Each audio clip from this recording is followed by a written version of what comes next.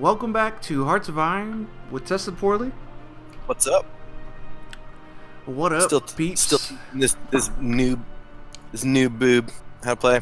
It's alright though, because the people that are watching this video are probably noobs just like me.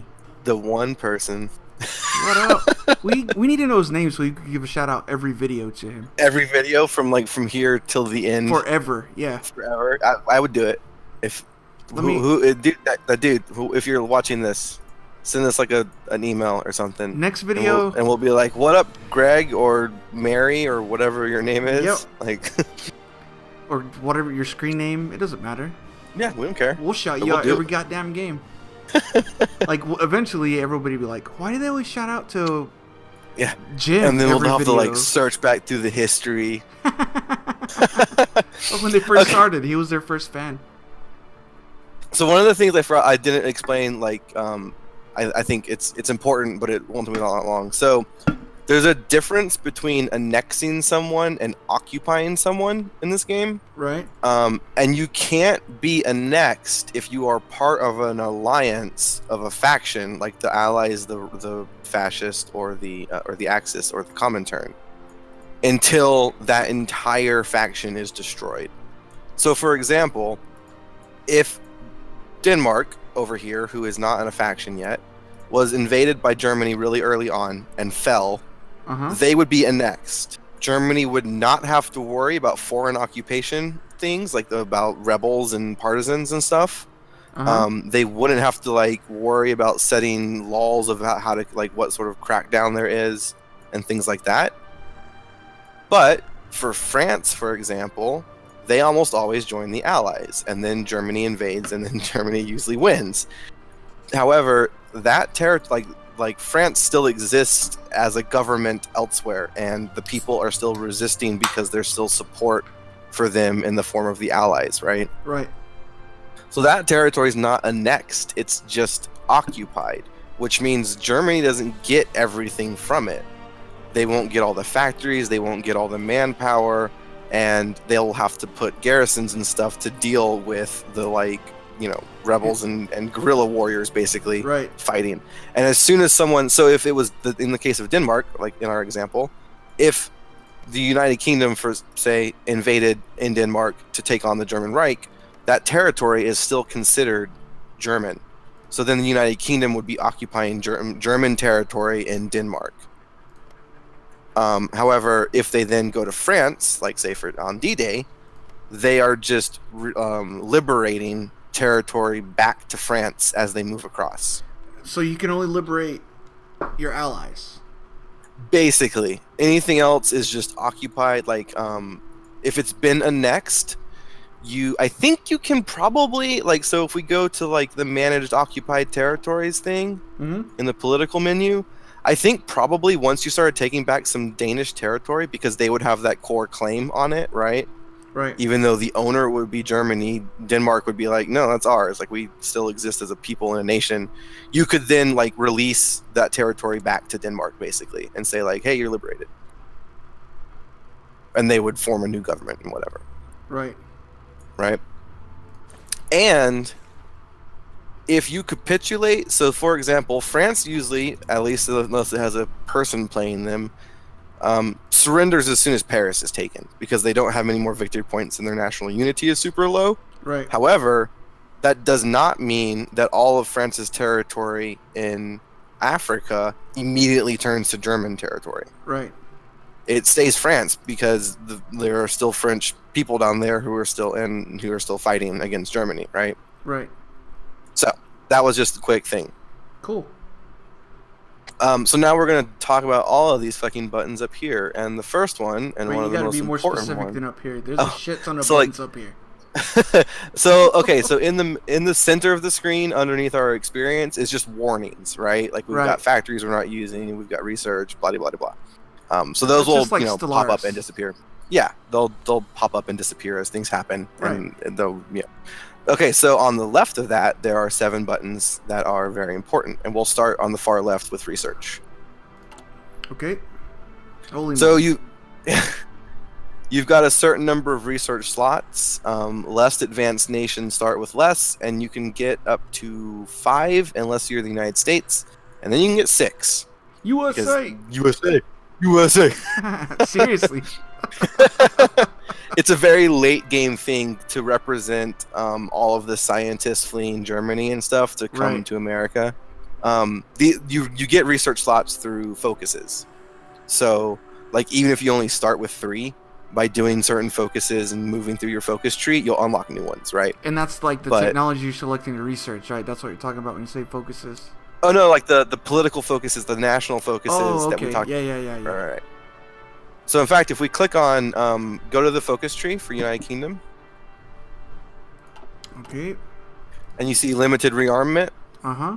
And if you go down a little bit to like shadow scheme, industrial effort, extra research slot.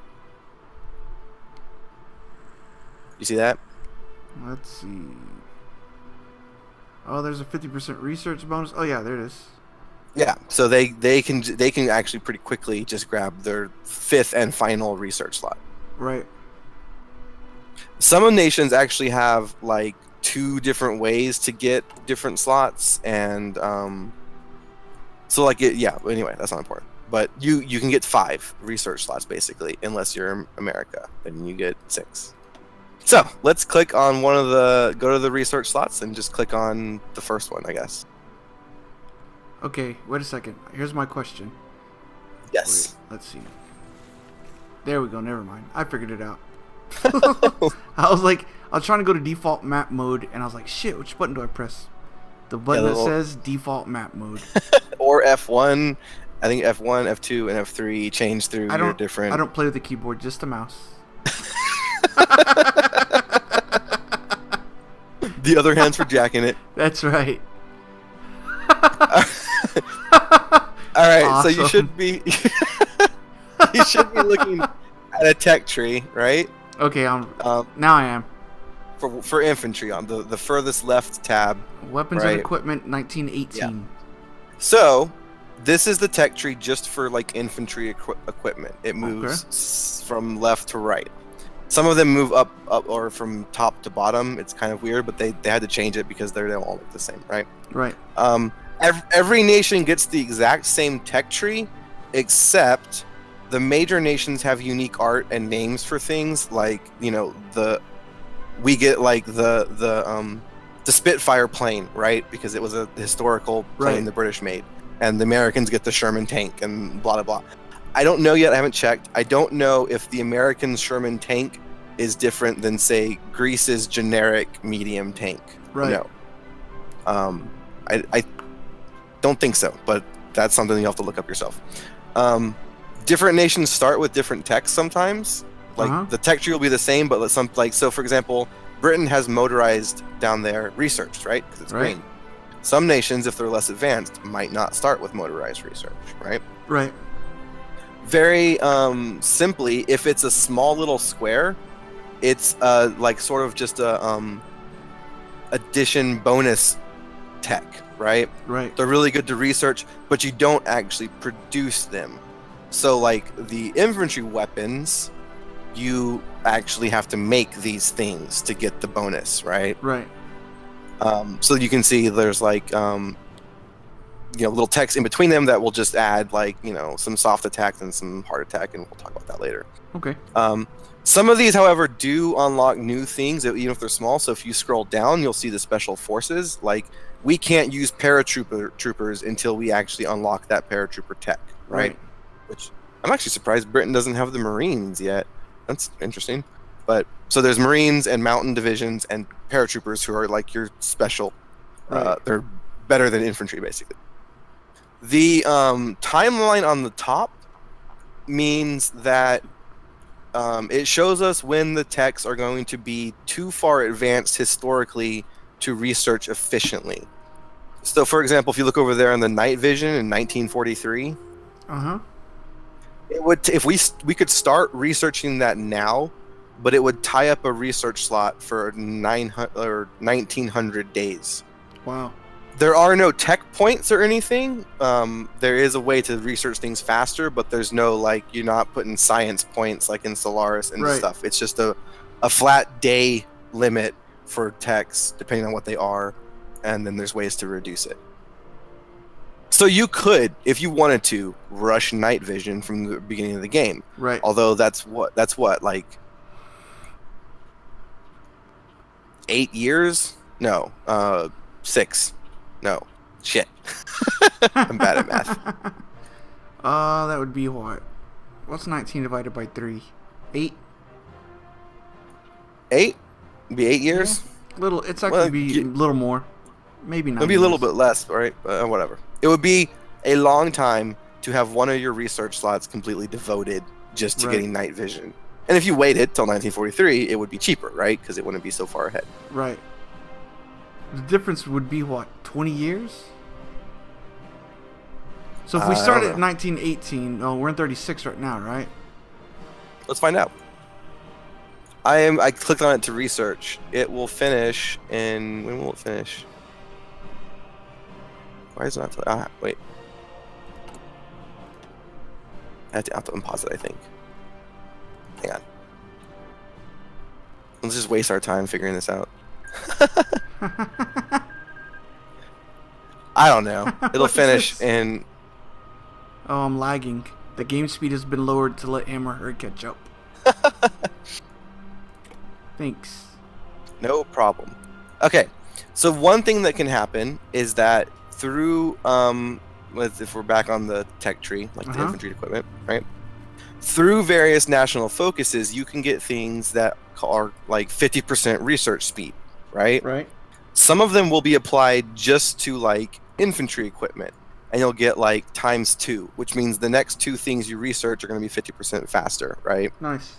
So those are very helpful to do because you can be like, okay, I got like mechanized is going to only take 50% of the time, right? And I'm going to be able to like research and get it out. Sometimes the focuses give you like it for one specific thing, and then it's not applied just to the next couple. Like it's essentially you get credits, right? Right. Here are 2 50% credits, use them, or here is like 1 credit for one thing. Use it whenever you want to, right? Nice. So let's move across the top real quick. So we got infantry equipment, right? Researching the next level of weapons, super important in 1939, right? Right. The next thing is just the next tab is like support equipment and stuff, and these little things unlock support companies for your infantry divisions. So you can unlock like a field hospital company or a logistics company, or so on and so forth. What are the MPs for? Is this for occupying territories? Yeah.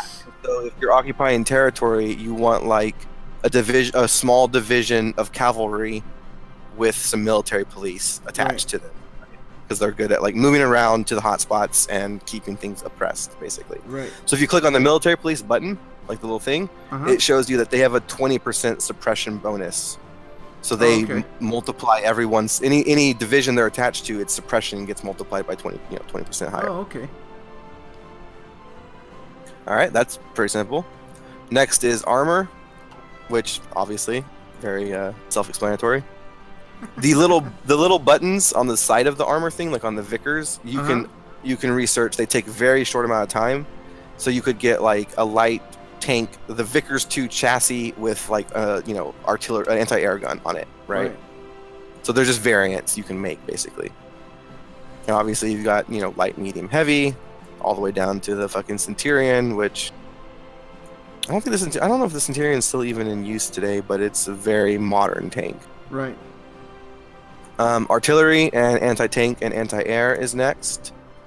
The important thing about artillery and anti-tank and anti-air is that it doesn't show it for some reason, but it actually unlocks a support or a company as well.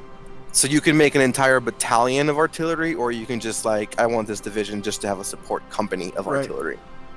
And since they're the big squares, obviously they have to be produced, right? Okay. Right, so you can't, like, if you attach a support company of artillery to a unit and you haven't ever built artillery, it can't do anything. It doesn't have the artillery guns to use, right?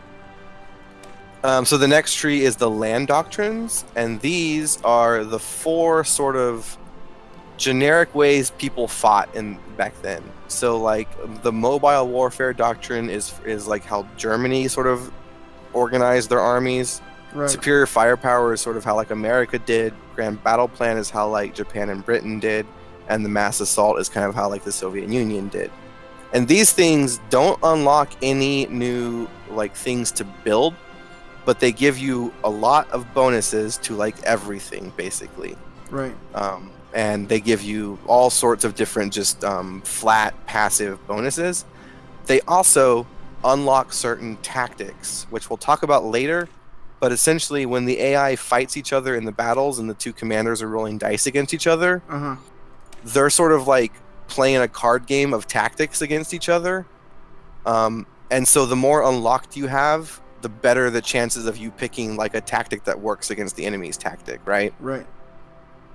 And also, like, the more recon and the more intelligence you have, the more chance of picking the one that sort of just trumps theirs, right? Right. So these things are very important to continue to research, and they take a long time usually. You also notice that there's a couple areas on each of them where you have to choose between two branches. So, like, on the Grand Battle Plan Doctrine, we're going to have to eventually choose between assault or infiltration, right? And each of those things is going to apply different bonuses to different things, and blah, blah, blah, blah. Pro tip, don't ever skimp on your doctrines. You can have super powerful technology and more men, and you will lose against someone who essentially knows how to fight better than you, right? Right. So tactics trump technology. In many, I mean, like, technology is also very important, but, like, yes, in a lot of ways, because these things often give you, like, percentage bonuses, they continue to scale as well, right? Right. So, like, if you look at, like, let's try to find one. Defense, plus 10% for all infantry, motorized, and mechanized divisions. That's amazing, because it's going to continue to scale up as you get better technology and stuff, right? Right. And if you don't have that, then you're going to be 10% worse than whoever you're fighting, I mean, right? Right. So the next screen is the naval screen. It's where you research your ships. The one thing you should notice on the naval screen is that the years are further apart. There's only 4 sections of years. Right. So that means things you research in 1920, like things you might start with, like the Queen Elizabeth class battleship, it might still have a role to play in 1944. Right. It's not going to be as good as the Vanguard, but you're not going to be getting rid of any Queen Elizabeth class ships you have built, right? Right. Down at the very bottom is the transport ship research, which makes you able to do more naval invasions, and your naval invasions are better, basically. So if you want to pull off D-Day, you need to have that tech researched, right? Right. What do the Diamond Diamond I, what is that? Is that just classes? The diamond indicates a capital ship. If it doesn't have the diamond, it's a screen ship. And you should build your, like, a fleet of all battleships is going to get destroyed by submarines, right? They need light cruisers, and they need destroyers to screen for them, basically. So you need to have mixed fleets, right? You don't want a fleet of only aircraft carriers, for example. So you can't stack, basically. That's what you're saying. Right. And also, building a battleship might take you a year or two. Right. Like, they take a while. I mean, depending on how many dockyards and stuff you have. The number is just a quick way to tell, like, it's more advanced than the number 1, right? Right. It's just the next sort of rank of that ship. Oh, and the dotted line indicates that, like, so see the cruisers? How you can go from C class to Southampton? Then we could go to Crown class, and we could, like, the dotted line means, so the solid line means you have to have the thing researched. The dotted line means you can, like, skip down to that one, I think, is what it means. So we could do, like, so, for example, this is a better Admiral. example. The battle cruisers, you see the battle cruisers and the battleships? We can get to Lion class battleship without researching King George class battleship. Right. If we research Princess Royal Cruiser, we can just skip and go down straight to the level 3 battleship, basically. Only we have to wait longer because we can start researching that level 2 battleship in 1936. So. Right. Okay, so the years still apply, like since it's advanced tech. Yeah. Okay. Right. So if we wanted to start researching the level 3 destroyer, it's 3.9 years ahead, so it's a longer penalty. Right. That's for all technology. All technology is that way. So, Okay. next tab is doctrines for your fleet. They work basically the same way as your infantry doctrines, only they're a little bit more focused. So, trade interdiction is like you're only going to be building submarines and small fleets to like destroy convoys. So it's like Germany, right? Right. Fleet in being means that you're like Great Britain. You keep giant fleets everywhere you possibly can to basically just destroy other giant fleets. Right. Right. You want to be like wreck them with your battleships, basically. Right. And then base strike is like America. It's like carrier based, right? It's more focused on making your planes and your naval like planes and your carriers better, right? Right. Right. Next is airplanes. There are 6 different kinds of airplanes, and I will say this right now: if you're going to build any kind of airplane, build fighters. Because if you have fighters, you can control your airspace, and that's really important. If they can't, like, it's okay if the fighters aren't close air support and helping your dudes on the ground. Right. It's much more important to just like control the airspace where the battles are happening and keep you from being bombed and shit like that.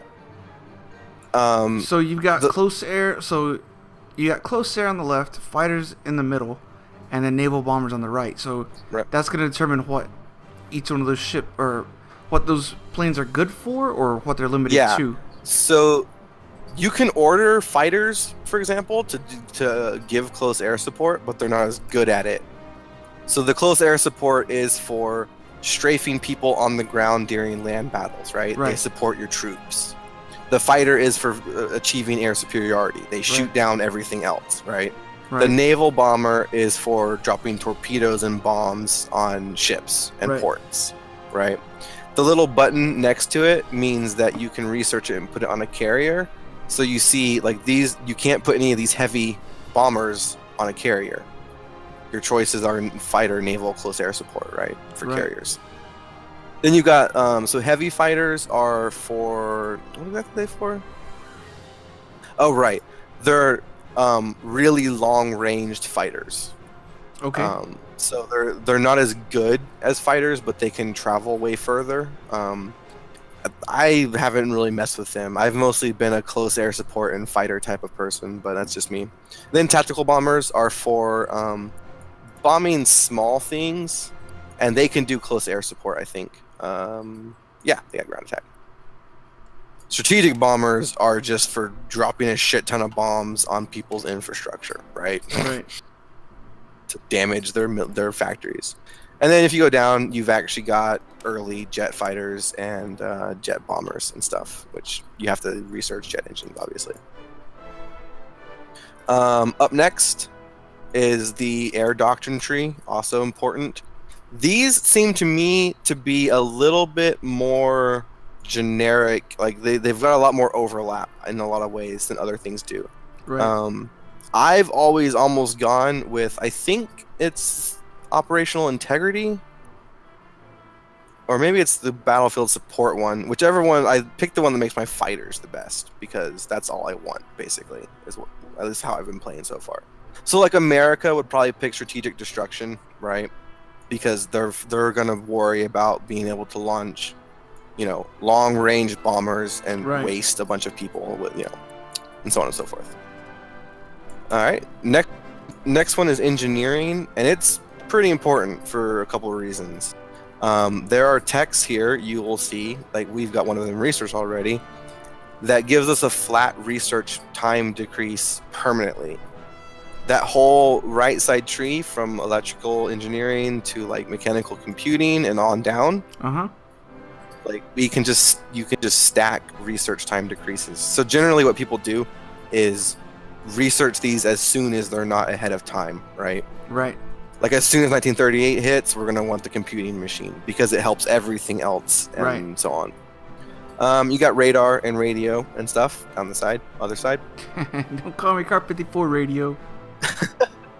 Also down the other, like in those little branches off, are decryption and encryption. And so if these like, yeah, what do I need those for?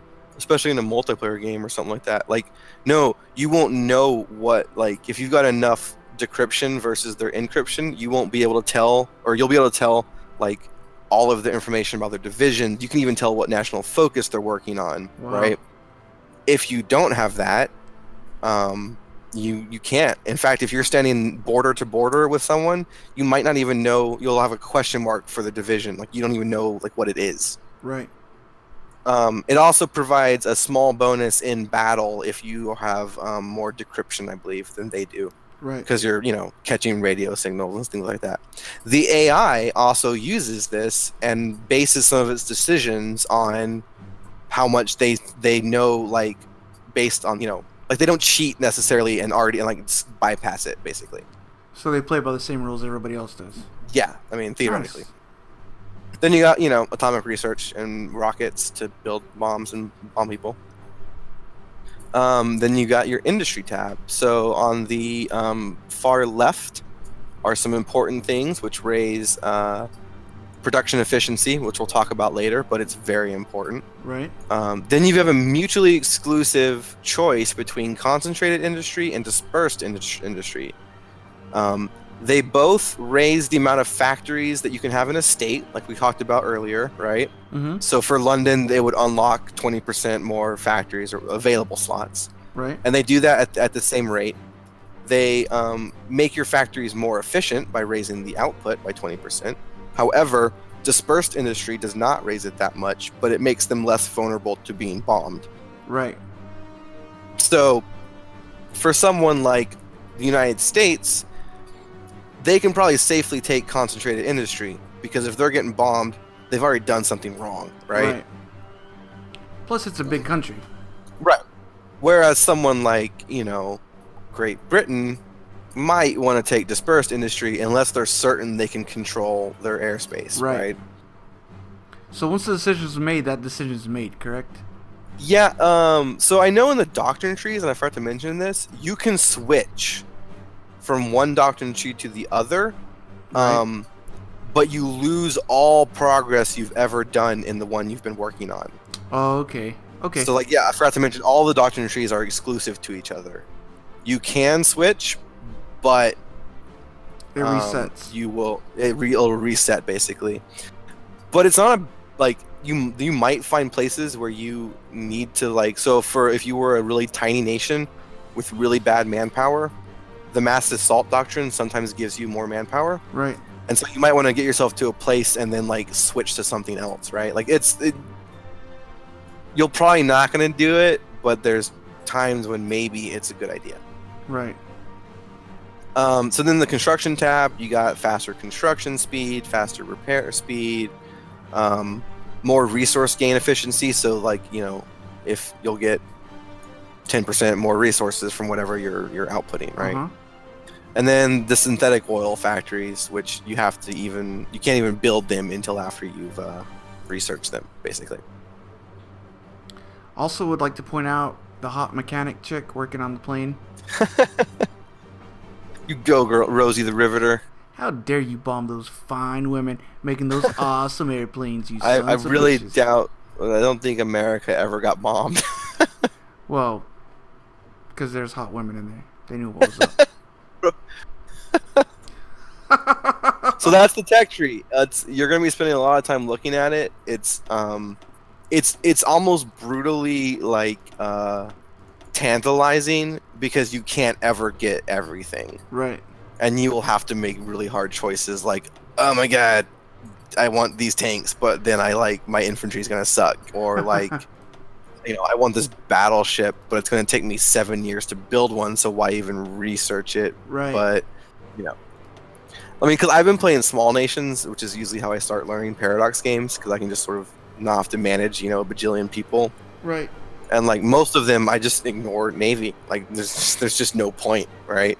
Like, I've got 7 destroyers and 1 submarine. What? There's no point in trying to like build that up.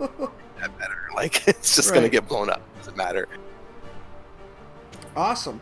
Well, I think we can wrap this one up, dude. Yeah, we'll do the next ones a little bit faster because this one is like one of the main important ones, and I wanted to point out some like there are a couple things they don't really explain to you. Like they don't tell you that researching the engineer company actually unlocks a thing you can do to your armies, right? Right.